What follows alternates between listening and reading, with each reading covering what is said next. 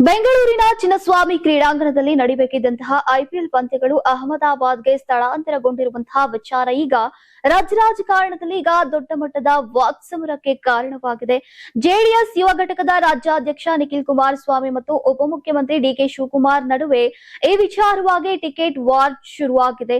Tweet ಮೂಲಕ ರಾಜ್ಯ ಸರ್ಕಾರದ ವಿರುದ್ಧ ಈಗ ವಿರೋಚಿತವಾಗಿ ವಾಗ್ದಾಳಿಯನ್ನು ನಡೆಸಿದಂತಹ ನಿಖಿಲ್ ಕುಮಾರಸ್ವಾಮಿ, ನಮ್ಮ ರಾಜ್ಯದ ನಾಯಕರಿಗೆ ಅಭಿನಂದನೆಗಳು. ಕೇವಲ ವಿವಿಐಪಿ ಪಾಸ್ಗಳ ಹಪಾಹಪಿಯಿಂದಾಗಿ ನಮ್ಮೂರಲ್ಲಿ ನಡೀಬೇಕಿದ್ದಂತಹ ಫೈನಲ್ ಪಂದ್ಯವನ್ನ ಅಹಮದಾಬಾದ್ಗೆ ಉಡುಗೊರೆಯಾಗಿ ನೀಡಿದ್ದೀರಿ ಅಂತ ವ್ಯಂಗ್ಯವಾಡಿದ್ದಾರೆ. ನೀವು ಸಣ್ಣ ಆಗ್ಬೇಕಲ್ವಾ? ಅದು ಒಂದು ಉತ್ತಮ ಆಹಾರದಿಂದ ಸಣ್ಣ ಆಗ್ಬೇಕಲ್ವಾ? ಪ್ರತಿದಿನ ನಮ್ಮ ಜೀನಿ ಸ್ಲಿಮ್ ನ ಯೂಸ್ ಮಾಡಿ ಯಾವುದೇ ಸೈಡ್ ಎಫೆಕ್ಟ್ ಇಲ್ದಂಗೆ ನೀವು ಸಣ್ಣ ಆಗ್ತೀರಾ.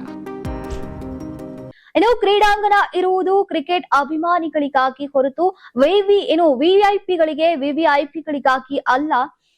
ಇನ್ನು ಹಲವು ಶಾಸಕರು ಉಚಿತ ಟಿಕೆಟ್ಗಳಿಗಾಗಿ ತೋರಿದಂತಹ ವ್ಯಾಮೋಹ ಮತ್ತು ಚಿನ್ನಸ್ವಾಮಿ ಕ್ರೀಡಾಂಗಣವನ್ನ ತಮ್ಮ ವೈಯಕ್ತಿಕ ಟಿಕೆಟ್ ಕೌಂಟರ್ ಮಾಡಿಕೊಂಡಿದ್ರಿಂದಾನೇ ಇಂದು ಬೆಂಗಳೂರಿನ ಘನತೆ ರಾಷ್ಟ್ರ ಮಟ್ಟದಲ್ಲಿ ಕುಸಿದಿದೆ. ಬಿಸಿಸಿಐ ನಿರ್ಧಾರವು ಸರ್ಕಾರಕ್ಕೆ ಎಚ್ಚರಿಕೆಯ ಗಂಟೆಯಾಗಲಿ ಅಂತ ನಿಖಿಲ್ ಕುಮಾರಸ್ವಾಮಿ ಅವರು ಆಕ್ರೋಶವನ್ನ ವ್ಯಕ್ತಪಡಿಸಿದ್ದಾರೆ.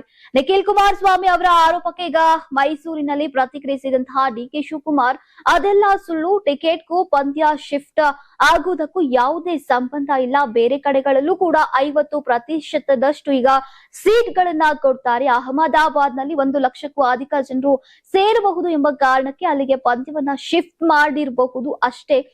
ಯಾರೋ ಇನ್ಫ್ಲೂಯೆನ್ಸ್ ಮಾಡಿ ದೊಡ್ಡ ಸ್ಟೇಡಿಯಂ ಬೇಕು ಅಂತ ಮಾಡಿರಬಹುದು. ಟಿಕೆಟ್ ವಿಚಾರವಾಗಿ ಪಂದ್ಯ ಸ್ಥಳಾಂತರವಾಗಿದೆ ಅಂತ ಹೇಳಿದ್ಯಾರು? ಮೊದಲು ಬಿಸಿಸಿಐನವರು ಈ ಬಗ್ಗೆ ಅಧಿಕೃತ ಹೇಳಿಕೆಯನ್ನ ನೀಡಲಿ, ಆಮೇಲೆ ನಾನು ಅವರಿಗೆ ಉತ್ತರವನ್ನ ಕೊಡ್ತೇನೆ ಅಂತ ಡಿಕೆಶಿ ಅವರು ತಿರುಗೇಟನ್ನ ನೀಡಿದ್ದಾರೆ.